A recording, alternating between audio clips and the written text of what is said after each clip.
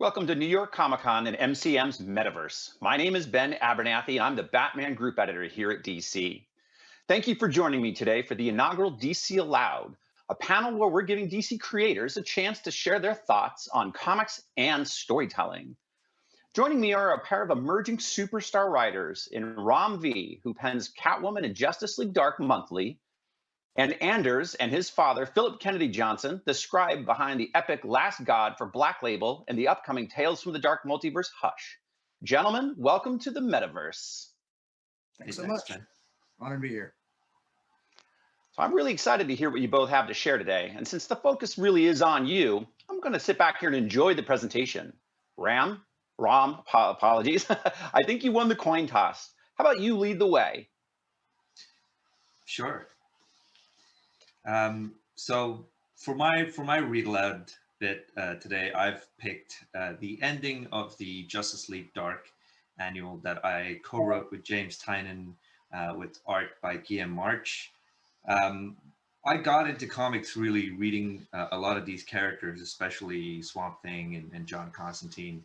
And it always struck me the first time I read those comics that even though they were fantastical and about superheroes and magic and weird stuff happening, it was always fundamentally about being human in some way. And they had a really they struck a human chord with me. And I wanted to, when I got into comics and I started writing, I really wanted to do that with the characters that I got. And this annual was really that kind of first opportunity, initial opportunity I got to work with these characters at DC. And I hope that I encapsulated some of that feeling and that sort of human touch to these fantastical stories in this little ending bit. And so with that, I'll start. When we arrive at this scene, Natalia is fallen on the ground, just having seen these flower children that were in front of her wither away and dissipate into the wind. And her flashlight is fallen on the ground nearby when we hear Oleander Sorel speak. What am I the guardian of when everything I touch turns to dust? I am tired, Woodward. I am not Oleander Sorel, and I am no guardian. I am only the memory of a sorrow lost in the roots. I had to be more, he said. But some of us are only meant to be human. You could rest, lie down, take root again. You needn't breathe, for you have no lungs. You needn't eat or drink, you take sustenance from the earth. There is no need for you to be anything more. You need not carry this burden on your own. Just lie down, let it seep into the earth, just for a while. Be at peace, just for a while. And with that, the King of Petals lies down on the ground, and a wicked smile comes upon the Floronic man's face. As he watches Oleander Sorel take root, he picks his arm and says, "Rest well, my king," before taking a finger and grabbing a bite. Then he bites into his wrist, then a whole arm, and before long he is eating the King of Petals. Rain falls on the ground, clipping upon the grass as Nat lies unconscious. The grass that grows into vines, then into fingers that picks her up into the arms of the Swamp Thing, who takes her and walks with her toward the house at the horizon. Inside the house is a blonde man in a trench coat, swirling milk into a cup of tea. As the Swamp Thing walks in, he speaks. "Tea, big fella. It'll make you feel better." "Constantine, I've failed." "That you have, my friend. Nosed it right up, didn't you?" "What was the point of this all?" "Let you in on a secret. Sometimes there is no point. No great plan, no climactic victory. Sometimes all you get is to pick up your wounded and bring them in from the rain." "I couldn't help him, John. I couldn't help her. The green looks to me no more. What am I, John Constantine? What is my place?" "There will always be a place for a monster that lives out in the swamps. Everybody knows that." And with that, the Floronic man rises, grinning with joy into the sky. The green shudders, its collective memory and ageless thought now moving through Jason Woodrew's veins. The Parliament murmurs in confusion, while the Floronic man quivers with joy. Like a parasite sitting on the green's thrumming vein, he sinks his teeth once more into that artery of information and power. And it tastes every bit as sweet as it did before. Oh, how he has yearned for this, hungered, craved, suffered, and endured for it. He breathes in deep this scent of joy, and it reminds him of overripe, rotting flowers. That's it.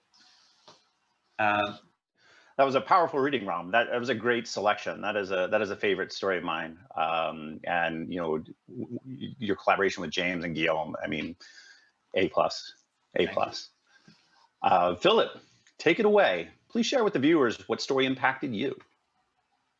Thanks so much, Ben. Man, that was a great read from Ram. DC Comics mean a lot to me. I learned how to read from DC Comics from just boxes of old ripped up comics that my dad brought home when I was super young. I learned the love of reading through those books, and now my son Anders is as big a fan of DC Comics as I ever was, and it's become this really great way for us to bond.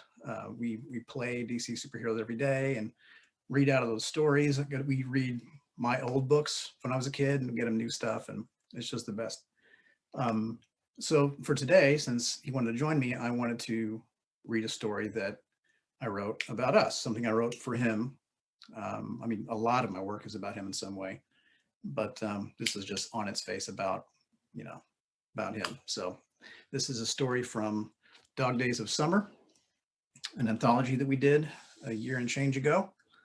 And this is an Animal Man story that I wrote called Rio Celeste. And Andrew's going to read the stuff with me. Maybe some of the voices. All right, let's do this. Oh no, milk cat.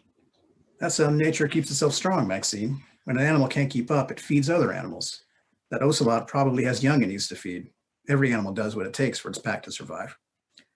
Fascinating. Come on, Ellen, you're going to love this. It's just around the bend. After seeing that shack you called a vacation lodge, I'm dubious, buddy. I don't know why we couldn't vacation someplace a little closer to civilization. That's why. Let me see. Whoa, look at that. It's Rio Celeste. Wow, this is... Oh my gosh, Dad, what is this place? It's called Rio Celeste. I pulled some strings so we'd have it to ourselves. Pulled some strings? It's a protected historic site. The earliest human ruins in the region are just up the river. It's one of the most beautiful places in Central America, but people aren't allowed up here. Unless you're a fancy pants superhero and movie star, I guess. I wanted to take you someplace special to show you how beautiful nature can be without the, running for our lives part. Dad, can we swim? That's why I brought you, little wing. Yay! Like it? I'm sorry I've been annoyed. It's amazing, buddy. This was super sweet. Dad, Mom, Dad, can swim. You two go ahead. I'll join you in a sec. I love flying. Gorilla strength and cheetah speed come in handy too. But in moments like these, you can't beat the mantis shrimp. Unlike the human eye with its 3 color photoreceptors, the mantis shrimp has 12. It sees a light spectrum no human ever dreamt of. Colors that flow slowly along air currents like mist. Light that responds to the presence of life, to the presence of consciousness. Colors that pass from one dimension into the next and illuminate the passage of time. I don't love the life of a superhero, but in moments like these, I get to see beauty to which other people are blind, and I'll always be grateful for that. I reach into the red and channel the power of some nearby undiscovered animal that will allow me to record this memory forever. And that's when I feel it. A hunger I've never felt, and not just for food. A hunger for life. A hunger for them. Then I see my family through new eyes. And I realize we're not alone after all. Get out! Daddy? Dad, what's wrong? Get out of the water! Buddy, what are you doing? It doesn't matter. We're going back to the lodge. They're upset, and I owe them an explanation I can't give. All I know is that I made a mistake bringing them here. And whatever's down there has their scent now. Scary stuff. I can smell them. Not their skin or their shampoo. I smell the girl's blood pumping through their veins, and their smell is getting stronger, closer. I'm smelling them through something else's nostrils, and it's almost here. Come on then, I'm waiting. Where are you?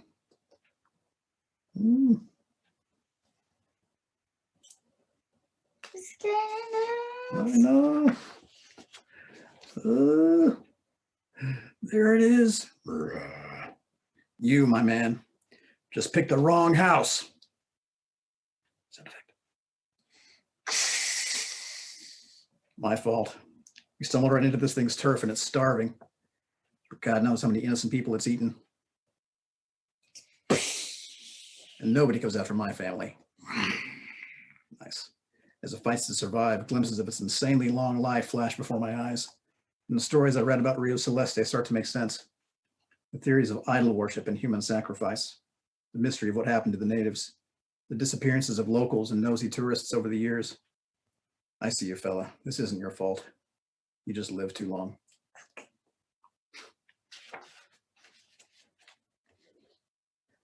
Animal Man, the guardian of the red, just sent the last of the dying species into extinction. I'm the monster in this story. But there's no disobeying the one law that governs all of us. Protect your pack. The end. What do you think? Like it? You like it? Thanks. So, yeah, that's a story I wrote about this guy and how I do anything for him. And because we bond so much over comics, it's important to me to write stuff for him so that he can look back later in life and see himself in my stories and know what he means to me, and just see our relationship through a different perspective. And yeah, that matters to me. So this would be a fun one to read today. That was great, guys. What a terrific story. And I love Animal Man. And great job, Anders. You guys could have a podcast in your future, I think. Yeah, well done, Now, Philip and Ram, in addition to your ongoing work, you're both working on issues for our big event coming in January and February called Future State. Without giving away too much, since these are still being announced, what are you working on and what are you excited about? Ram, how about you go first? Yeah, I've been working on 3 titles actually for Future State. So it's all been very exciting what we're doing with it. I'm writing Future State Justice League Dark with Marcio Takara on art. I'm writing Swamp Thing Obsidian Sun with Mike Perkins on art. And I will also be writing Future State Catwoman with Otto Schmidt on art. All of these artists have been just absolute dreams to work with. So I'm very excited. That sounds awesome. How about you, Philip?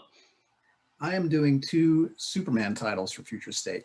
One of them is with the great Mikhail Hanin, who has been doing incredible work on Batman and elsewhere for years. I am over the moon for people to see that story. I've got, ever since, the first Christopher Reeve, I'm like, it's been a huge, he's had a spot in my heart for a very long time. And I have been waiting to do this forever. And another story called House of L with Scott Godlucci on art. And he, everyone's just firing on all cylinders. That's another story that, I guess it's too obvious to say I'm excited for it. It's a dream come true to write both those titles. And it's been fun to work through those ideas with this guy. And we can't wait to see what everyone's doing. Well, I'm excited. Thank you, guys. I mean, thank you for joining us today. Thank you for everything to come with Future State. And thank you to everyone at home for joining us, DC and New York Comic Con at MCM's Metaverse. Have a great week. Thanks, Ben. Thanks, everyone.